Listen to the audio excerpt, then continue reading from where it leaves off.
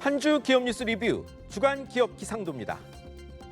무역은 흑자인데 원화 가치는 금융 위기 뒤 최저로 떨어지는 못 보던 일을 한국이 겪고 있습니다. 해외 투자 너무 늘어선가 싶어 국민연금은 대책 마련 들어가고 서학개미 투자 창구, 증권사까지 눈총받을 정도인데요. 그러면 한 주 있었던 다양한 기업 소식들 찾아 기업 기상도 시작합니다. 첫 맑은 기업 네이버입니다. 가상화폐 1위 업비트 거느린 두나무와의 합병 설계도가 나왔습니다. 간편 결제 등 핀테크 자회사 네이버 파이낸셜 주식 2.54주를 두나무 한 주와 바꿔 두나무를 100% 자회사로 두는 구조입니다. 송채영 두나무 회장 쪽이 최대 주주가 되지만 의결권은 네이버에 위임해 네이버 계열사로 남습니다. 양사 더한 기업 가치는 20조 원에 이르는데요. 몸집 커진 회사는 원화 스테이블 코인 사업, 블록체인 사업 본격화할 전망입니다. 다만 계획 발표 다음 날 터진 업비트 해킹 사고는 경과 지켜봐야 합니다. 이게 끝이 아니란 관측도 있죠. 또 다른 성장주 게임에서도 파트너 찾으리란 건데 실현되면 포털, AI, 이커머스, 가상화폐, 게임까지 아우르는 단 하나의 IT 공룡이 될 수 있습니다. 다음은 한화 에어로스페이스입니다. 처음 주관한 누리호 4차 발사 완전 성공이었습니다. 27일 새벽 1시 13분 발사, 18분 25초의 비행, 강풍, 센서 이상 등 돌발 변수에도 이전보다 더 많은 13개 위성 싣고 목표 궤도 600km에 도달해 사출하는 임무 완수했고요.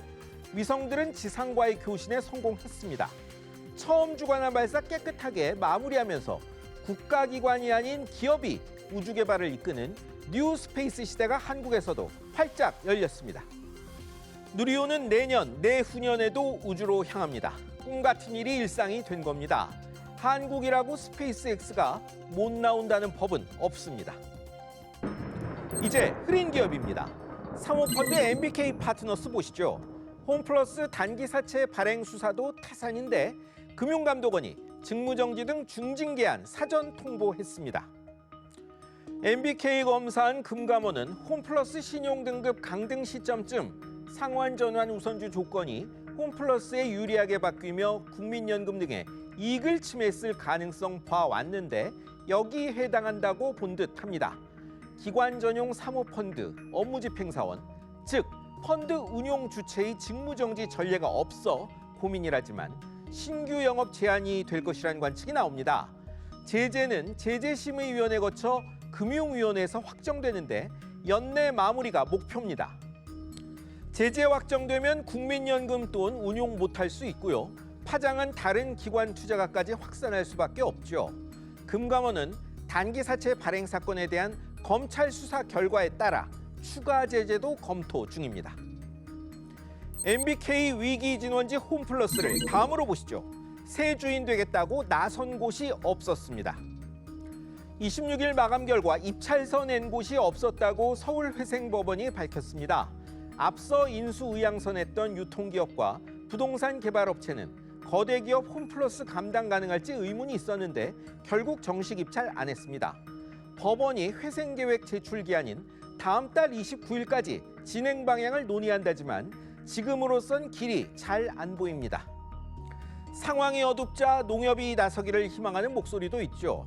하지만 농협 유통도 거액 적자에 홈플러스 주력 점포는 사라졌고 수입 농산품 취급도 어려워 시너지 내기가 어렵습니다. 참 풀기 힘든 문제입니다. 이번엔 한국투자증권입니다. 종합투자계좌 1호 증권사 선정 낭보도 있었지만 펀드 상품 불안전 판매, 즉 설명 제대로 안 했거나 부적합한 것 팔았다는 이유로 손실 일부 배상해주기로 했습니다. 문제가 된 건 한투리얼 에셋 운용이 운용하고 한투증권이 가장 많이 판 벨기에 펀드입니다. 벨기에 정부기관이 쓰는 오피스 건물 장기 임차권에 투자하는 펀드였는데 금리가 오르고 유럽 부동산 불황에 전액 손실나면서 민원이 쏟아졌는데요. 883건 민원 중 458건이 불완전 판매 인정돼 60억 7천만 원 자율배상 결정됐습니다. 금감원은 앞서 한투에 KB, 우리은행까지 판매사 3곳 현장 검사했는데요. 결과 따라 더 물어낼 수도 있습니다. 이찬진 금감원장이 내부 통제 위반 확인되면 배상 기준 재조정할 수 있다 이렇게 공언했었거든요. 마지막은 쿠팡입니다. 통신, 금융사 여기저기 정보 털리더니 2천만 명 넘게 쓴다는 이곳도 정보가 유출됐습니다. 4,500여 계정 정보가 유출이 됐는데 피해 내역은 이름, 전화번호, 주소에 최근 5건 주문 내역까지 중요 정보입니다. 더 큰 문제는 정보기관 제출 자료 보니 사고 난 건 6일인데 12일이 지난 18일에나 알았다는 점입니다. 정보 유출 피해는 통신, 금융사와 다를 게 없는데 소비자들로선 걱정하지 않을 수 없는 대목입니다. 쿠팡은 최근 연이은 직원 사망에 퇴직금 문제 불기소 외압 의혹 특검까지 문제가 여럿 불거졌습니다. 보안 문제부터 특검 문제까지 신속한 조사와 결과 발표가 있어야겠습니다. 환율은 뛰고 내수 경기 어려운데 수도권 집값은 오릅니다. 그런 사이 청년들 새 일자리는 1년 새 12만 개가 증발했다는 뉴스도 있었죠. 심화하는 이 불균형 문제를 풀어야만 한국 경제 후에 엔진 소리가 다시 살아납니다.